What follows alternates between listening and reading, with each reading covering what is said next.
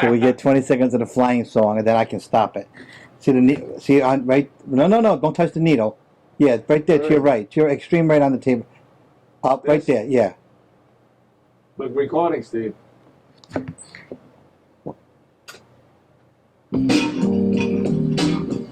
Welcome back to the Ferr and Ticka show.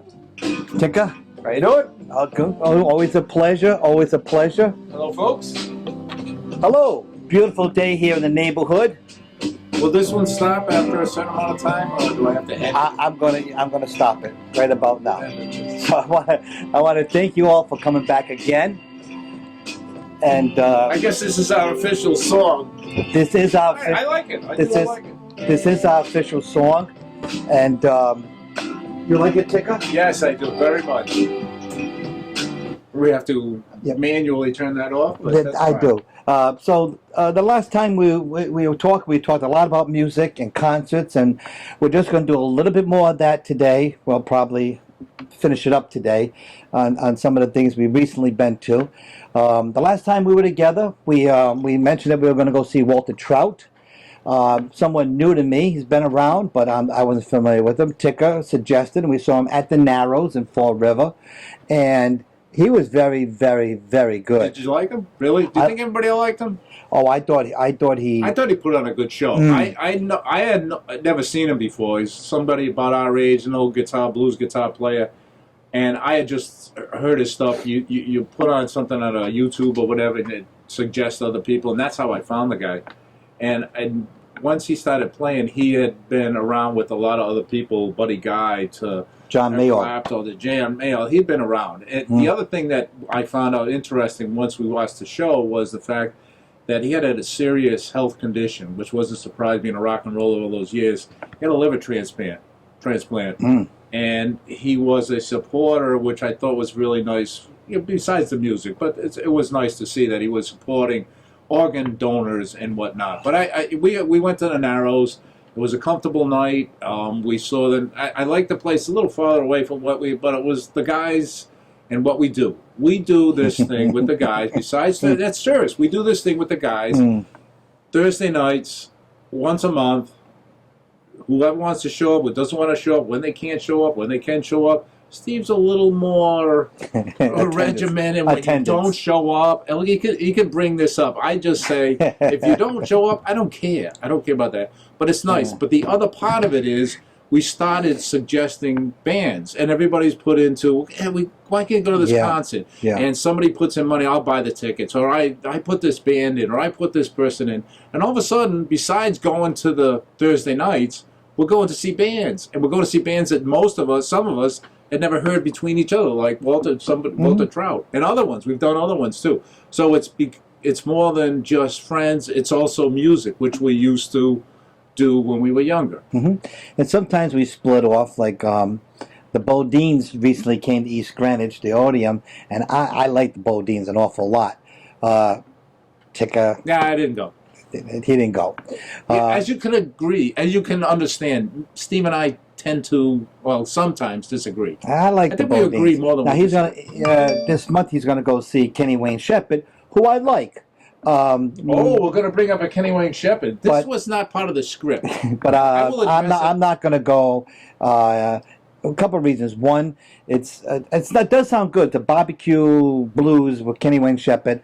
It's here in Providence. It sounds good, but it's in August. It's outside, and it might just be too freaking hot for me. Do you want to bring? However, if I'm gonna go see somebody in August, which I suggested months ago, and yet you agreed to come with me to go see Dwight Yoakam. I'll go to see him. Have I denied that I won't go see him? And my your father-in-law is going, so now it's kind of. There's nothing wrong with that. But anyway, and I like Dwight Yoakam a lot. I do too. I would. So I enjoy it. That's outside though. That's outside. So I'm a little, Well, if you want to go, I'll go. I'll go right now. To see Dwight Yoakam? Yes. All right, Dwight Yoakam. If you can buy the tickets. All right, we'll go see Dwight Yoakam. We had a discussion about, I don't know if we want to get too far into this. We didn't discuss this as the beginning of the show. We'll get into more of the show right now, but we did discuss the fact that in our last Thursday night with the guys, Steve and I get into these discussions. They can be kind of heated at a couple of times. But he brought up the fact that, and we disagreed. Imagine that. We disagree. Imagine that. It's never been happened before, but we do disagree, and we will disagree in the future. And we acknowledge, I think, that that's who we are. Nothing wrong with that. He said Stephen Stills was a better... Oh, I can't even believe you. I can't even believe you're bringing this Can up. I at least state what it was? You can't. Can I at least bring it up? I can't. I stated that... Are you serious? You're going to say... Can I at least bring this up? You're going to say this? You're going to win. You don't even know you're going to win. Go ahead. Go ahead. I can't believe you're bringing this up. Go ahead.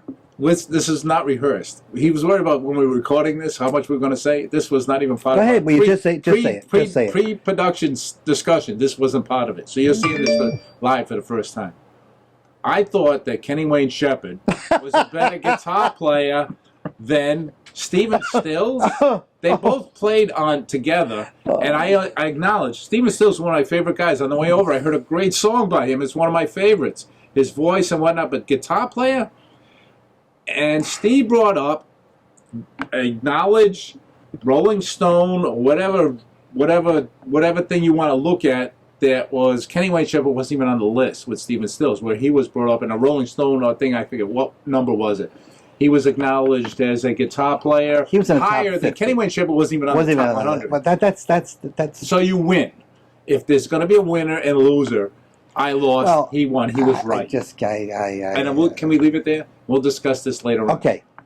We'd like to start a segment. Go ahead. That's fine. Go ahead. We'd like to start a segment as part of our show to be a little more, not regimented, but a little more factual and a little more. I forget the word, but acknowledge at least the people that have watched us. Thank you for watching us. Thank you for sending us emails. Steve's gotten emails. I've gotten emails, and we can tell a few stories. We'll be quick. I will, at least, try to be quick about some of the people that have sent us emails and some of their questions and whatnot. One of them was one of my friend, Bob, who used to live down in Providence and Manton Avenue with us, and he talked about Led Zeppelin. And I said at my first concerts I went to, the first concert I went to, and Bob is a Led Zeppelin fan. He knows who he is. And I'll just say Bob from Manton Avenue, he knows who he is. He was a lifeguard down at Joslin Pool, and everybody in that area know. Yes, he was with my cousin. He was there every day. Nice family. He was a great Led Zeppelin fan. My first concert I ever went to, and I have a tag from it or a ticket stub. Ticket stub. Thank you. A ticket stub from that, and I'll show that to verify that. I don't really need to do that, but I will verify that I was the first concert I ever went to, and I just thought we would acknowledge some of the people who acknowledge us and some of their stories and some of the... Watch out for the microphone. But Steve may have a few other stories of people that have sent us emails or send us... And we'd like to, thank you for watching us. If you want to send something, we'll acknowledge you. We're not going to get it too personal, but we will acknowledge you on the show. Some of them are very, very good. Bobby, we hung around with him, played a lot of ball with Bobby. Bobby, I went to Catholic school with Bobby. Bobby and brother Ray, nice guy. Yes, the whole family, just nice family. I can't say enough about them. So one of the emails that I had got is from Marita, and she says, "Guys, I love you, but you gotta lose the Mathau Lemon."